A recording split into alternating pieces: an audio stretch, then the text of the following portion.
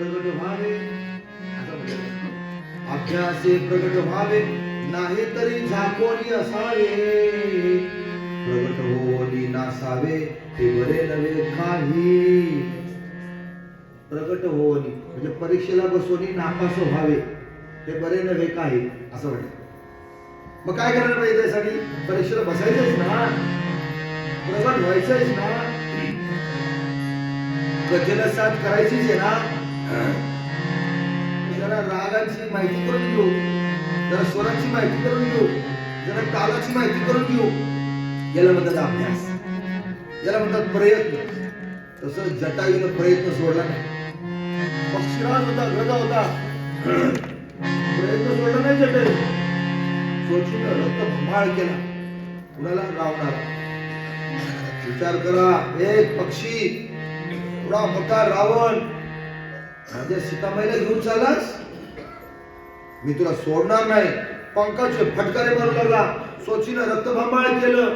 रावणाचं ते जे पुष्पक विमान दिलं ते असं काय करायला लागलं, डळमळू लागलं. रावणाला असं वाटलं की हा काय करणार आता, मला कोलमडवणार आणि खाली मला काय करणार, फेकून देणार.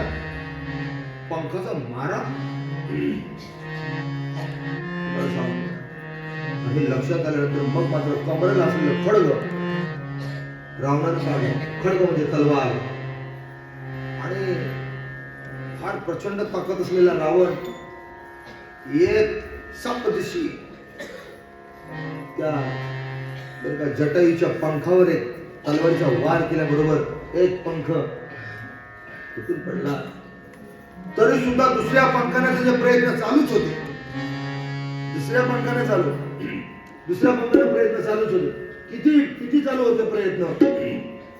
राजे, तुम्ही जोपर्यंत विशाळ गडावर पोहोचत नाही आणि विशाळ गडावर पोहोचल्यानंतर माझ्या कानाला तोफेचे आवाज येत नाहीत, तोपर्यंत मी घोडखिंड लढवत राहणार. तोपर्यंत मी घोडखिंड लढवत राहणार. बाजी प्रभू देशपांडे. किती प्रयत्न असावेत, किती जखमा झाल्या बाजीप्रभू देशपांडेंना. कोण इतिहास सांगतो? बाजीप्रभू देशपांडे कोणत्या समाजाचा हे आता इथे सांगितलं जातं. काय सांगतो लक्षात ठेवा.